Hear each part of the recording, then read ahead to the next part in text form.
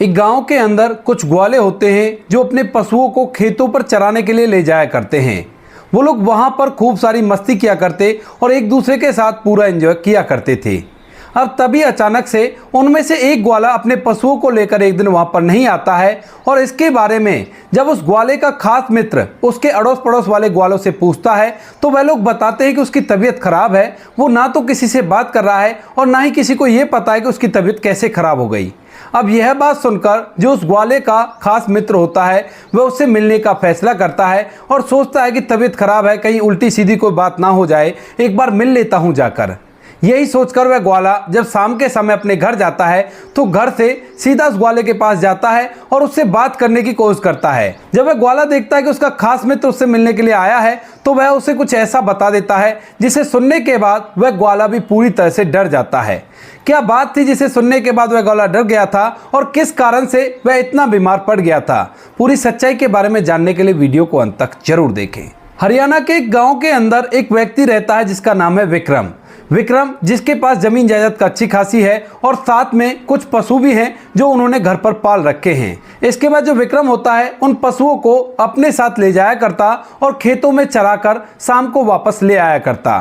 साथ ही गांव के कुछ और लोग भी इसी तरह से जाया करते हैं और वो लोग जब खेतों में इकट्ठा हुआ करते हैं तो एक दूसरे के साथ ढेर सारी मस्तियां किया करते हैं। दरअसल ये समय आज से 40 साल पहले का था, तो उस समय में लोगों का यही रोजगार था और इसी से वो अपनी जीवन शैली को चलाया करते थे।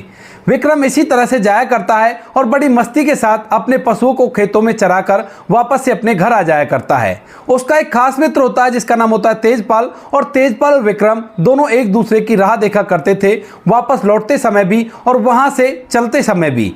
यानी कि गांव के अंदर उनके घर दूर दूर थे, लेकिन यहां पर जब वो खेतों में पशुओं को चराने के लिए आया करते थे तो तेजपाल अगर पहले आ जाता तो उसके बाद विक्रम की राह देखा करता। इधर जब विक्रम पहले आ जाता तो वह तेजपाल की राह देखा करता। उनका नियम था कि एक जगह पर वह इकट्ठा हो जाया करते और वहां से एक साथ अपने पशुओं को ले जाया करते। इसी तरह से समय बीत रहा था और बीतते बीतते एक दिन अचानक से जो तेजपाल होता है उसे कुछ काम लग जाता है और उस काम के चलते वह आज अपने पशुओं को वहां पर नहीं ला पाता है। इसके बाद जो विक्रम होता है वह वहां पर काफी देर तक उसकी राह देखता है, लेकिन जब वो नहीं आता है तो उसके पड़ोस के एक ग्वाले से वह पूछता है तो वह उसे बताता है कि उसको जरूरी काम आ गया है, इस वजह से आज वो नहीं आएगा, तुम अकेले ही चले जाओ। इसके बाद विक्रम अपने पशुओं को लेकर चराने के लिए चला जाता है। चराते चराते एक ऐसी जगह पर पहुंच जाता है जहां पर एक साधु तप कर रहा था और वह तरह तरह की सिद्धियां वहां पर प्राप्त कर रहा था। वह रोज उसे देखा करते थे दोनों दोस्त और उससे बातें भी किया करते थे और उसे पता था कि ये यहाँ पर रहकर सिद्धियां कर रहा है ताकि इसे अकेलापन मिल सके और वहां पर इसकी सिद्धि सिद्ध हो जाए। यही सोचकर आज जो विक्रम होता है वह उसके पास जाकर उससे बातें करने लगता है और बातों के दौरान उससे जिक्र छेड़ देता है कि बाबा ये बताओ क्या भूत होते हैं। अब इस बात को सुनकर जो साधु वहां पर सिद्धि कर रहा था वह एकदम से मुस्कुराने लगता है और कहता है कि बेटा तुम्हें इसका क्या करना है, हो या ना हो तुम्हें इससे क्या मतलब है। अब इस बात को सुनकर विक्रम कहने लगता है कि नहीं बाबा, मैं तो इसलिए पूछ रहा था कि आप इसी काम में लगे रहते हो, आपको तो पता ही होगा कि भूत होते हैं या नहीं होते।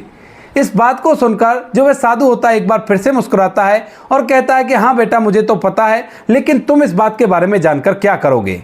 तभी जो विक्रम होता है वो उससे कहने लगता है कि अगर होते हैं तो मुझे दिखाई क्यों नहीं देती। इस बात को सुनकर साधु थोड़ी देर तक सोच विचार करता है और सोच विचार करने के बाद कह देता है कि बेटा अगर भूत तुझे दिखाई दे जाएंगे तो तू बीमार हो जाएगा, तू उनका देखना सहन नहीं कर पाएगा। यह बात सुनकर विक्रम जो कि जवान था वह कहने लगता है कि ऐसी कौन सी बात है जो मैं उन्हें देखकर सहन नहीं कर पाऊंगा, आप अगर दिखा सकते हो तो मुझे दिखा दीजिए।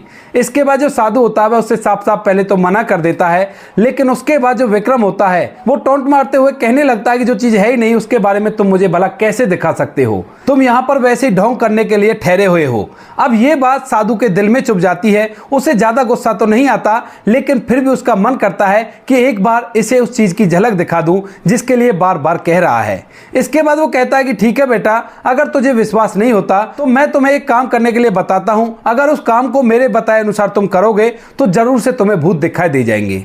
यह बात सुनकर जो विक्रम होता है बातों को सीरियस होकर सुनने लगता है। वह साधु उसे एक मंत्र बताता है और उसके गांव के बाहर का एक चौराहा होता है उस जगह के बारे में बताता है।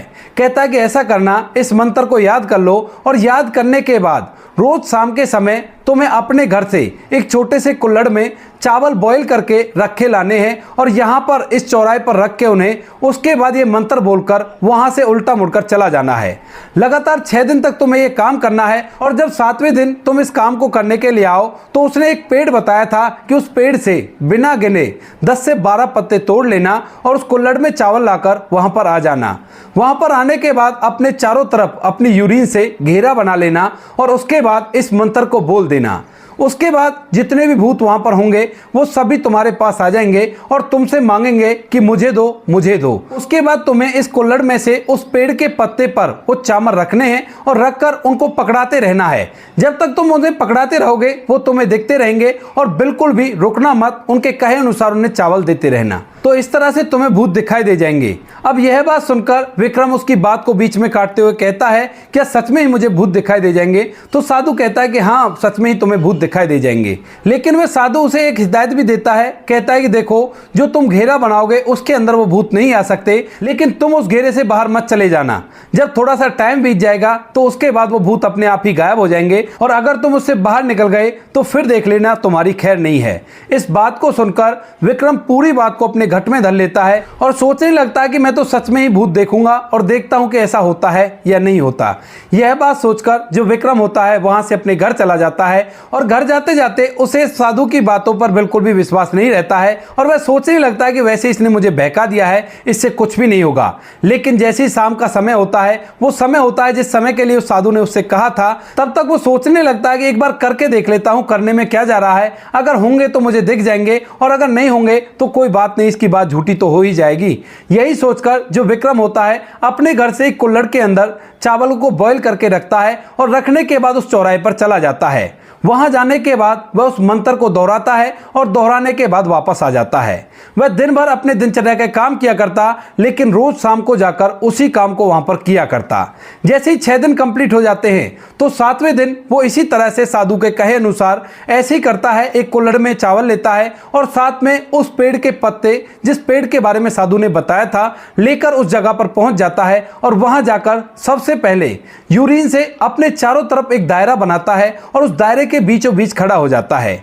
खड़ा होने के बाद वो जैसे ही उस मंत्र को बोलता है तो एकदम से चारों तरफ से तरह तरह के भूत उसको घेर लेते हैं और घेरने के बाद कहने लगते हैं कि मुझे दो मुझे दो, मुझे चाहिए, ऐसा उससे कहने लगते हैं। इसके बाद जैसे विक्रम उन सभी को देखता है तो उसकी आंखें फटी के फटी रह जाती हैं, उसके माथे से पसीने टपकने लगते हैं और वह जल्दबाजी में उन पत्तों में चावलों को डाल डालकर उन्हें देने लगता है। काफी देर तक वह उन्हें देता रहता है, लेकिन देते देते वह बहुत ही ज्यादा उनसे डर जाता है। वह भूत उस घेरे को पार तो नहीं कर रहे थे, लेकिन उस कुल्हड़ के अंदर जितने से चावल थे वो उनको तो जाने कब का खत्म हो जाना चाहिए था और जो पेड़ के पत्ते वो तोड़कर लाया था वो भी काफी देर पहले खत्म हो जाने चाहिए थे। लेकिन यहाँ पर ना तो कुल्हड़ के चावल खत्म हो रहे थे, ना ही वो पेड़ के पत्ते खत्म हो रहे थे और साथ में चारों तरफ से भूतों ने उसे घेर रखा था और बार बार कह रहे थे कि मुझे दो मुझे दो। इस बात को देखकर वह डर जाता है और डर के कारण एकदम से वहां से भागने की कोशिश करता है, लेकिन तभी अचानक से साधु की आवाज आती है और कहता है कि रुक जाओ यहीं पर। इस बात को सुनते ही जितने भी वो भूत होते हैं चारों तरफ, वो पूरी तरह से गायब हो जाते हैं और वह साधु वहां पर आ जाता है। विक्रम जैसे साधु को देखता है तो उसकी सांस में सांस आती है और वह एकदम से साधु महात्मा के पैर पकड़ता है और रो रो कर उनसे माफी मांगने लगता है। कहता है कि बाबा मुझे माफ कर दो, मुझसे बहुत बड़ी गलती हो गई, मैंने आपको पहचाना नहीं। इसके बाद साधु उसे उठाता है और कहता है कि बेटा कोई बात नहीं, मैं तुम्हारी बात का बुरा नहीं मान रहा हूँ। इसके बाद जो विक्रम होता है उससे पूछने लगता है कि बाबा आप यहाँ पर कैसे आ गए? तो वो कहता है कि बेटा मुझे पता था कि तुम इस चीज को सहन नहीं कर पाओगे, तो इसी वजह से मैं आज के दिन ये देखने के लिए आया था कि तू यहाँ पर आता है या नहीं आता। मैं काफी देर से तेरा इंतजार कर रहा था और जब मैं जाने वाला था उसी समय मुझे तू आता हुआ दिखाई दे गया और इसी वजह से कि तुझे कोई दिक्कत ना हो जाए मैं यहां पर आ गया, क्योंकि अगर तू इस घेरे से बाहर निकल जाता तो तेरे साथ बहुत ही गलत हो जाता। इस बात को सुनकर विक्रम जो था वो अंदर तक हिल चुका था और इसके बाद साधु वहां से अपने जंगल के लिए चला जाता है और जो यहाँ पर विक्रम होता है वो वापस अपने घर की तरफ चला जाता है। लेकिन जैसे ही घर आकर वो अपने बिस्तर पर आराम करता है तो अचानक से उसे बहुत तेज बुखार चढ़ने लगता है और बुखार के कारण उसकी हालत काफी ज्यादा खराब हो गई थी। जब विक्रम के माता पिता विक्रम की ऐसी हालत देखते हैं तो उसके बाद वैद्य जी को बुलाते हैं, लेकिन वह वैद्य जी को कुछ भी नहीं बता पाता है और यह बात धीरे धीरे उसके अड़ोस पड़ोस में फैलने लगती है। अड़ोसी पड़ोसी उसे देखने के लिए आते हैं और उससे बात करने की कोशिश करते हैं, लेकिन वह किसी को कुछ भी बताने की कंडीशन में नहीं था। इसके बाद धीरे धीरे सुबह होती है और दूसरे दिन सुबह सुबह विक्रम अपने पशुओं को चराने के लिए खेतों पर नहीं जा पाता है।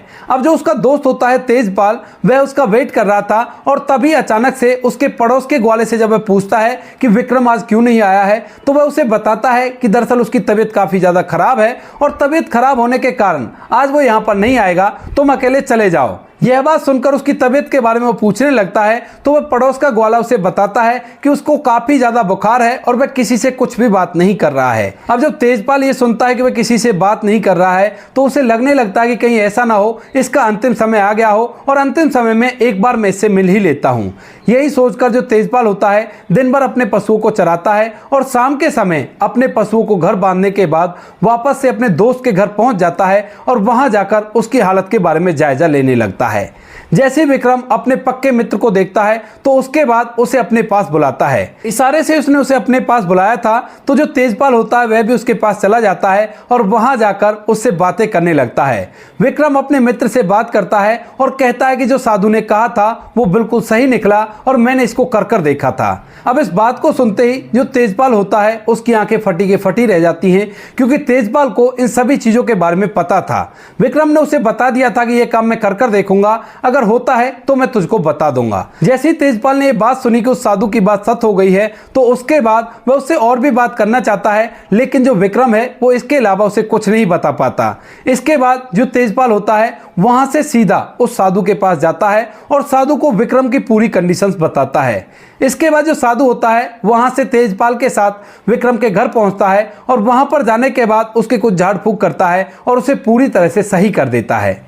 लगभग 7 दिन तक तो उसकी तबीयत खराब रहती है, लेकिन साधु के झाड़ फूक करने के बाद वह धीरे धीरे स्वस्थ होने लगा था। जब विक्रम पूरी तरह से स्वस्थ हो जाता है तो उसके बाद ये बात पूरे गांव में पता चलती है और सभी लोगों को विक्रम के बीमार होने का कारण पता चलता है। वो चौराहा आज भी उस गांव के अंदर है, लेकिन पहले तो वो गांव से बाहर पड़ा करता था, लेकिन अब उस गांव के अंदर आ गया है। वहां पर चारों तरफ लोग बस गए हैं, लेकिन उसका प्रमाण आज भी सिद्ध है। इस कहानी के बारे में हमें एक बुजुर्ग व्यक्ति से पता चला था और जब हमें इस बात के बारे में पता चला तो हमें भी इस बात पर बिल्कुल भी विश्वास नहीं हुआ।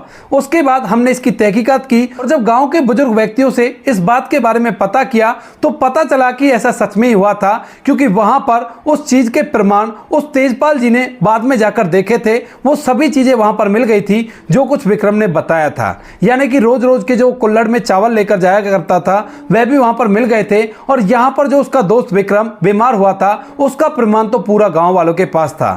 सभी तरह से कंफर्म करने के बाद भी इस बात का कोई प्रमाण तो नहीं है कि ऐसा कुछ हुआ था, लेकिन जिन बुजुर्ग लोगों से इस बात के बारे में पूछा गया था वो कहते हैं कि यह घटना बिल्कुल सत्य है। उस टाइम की बात हमें आज किसी याद है। तो दोस्तों ये कहानी जब हमारे सामने आई, पहले तो मैं सोच रहा था कि इसको दर्शकों को नहीं बताते हैं, लेकिन आप लोग मेरा परिवार हो और परिवार से कोई भी बात छुपाना बिल्कुल बेईमानी होगी और मैं बिल्कुल भी आपके साथ बेईमानी नहीं कर सकता। इसका फैसला कि यह कहानी सच है या झूठ है ये आप लोगों पर छोड़ता हूं। आप लोग इसे बता सकते हो, क्या कहना चाहते हो इस कहानी के बारे में अपनी राय कमेंट बॉक्स में लिख सकते हो, लोगों के साथ शेयर कर सकते हो। वीडियो अगर अच्छी लगे तो वीडियो को लाइक और चैनल को सब्सक्राइब जरूर करें ताकि हमें थोड़ा सा हौसला मिले आप लोगों के लिए ऐसे अच्छे वीडियो बनाने के लिए।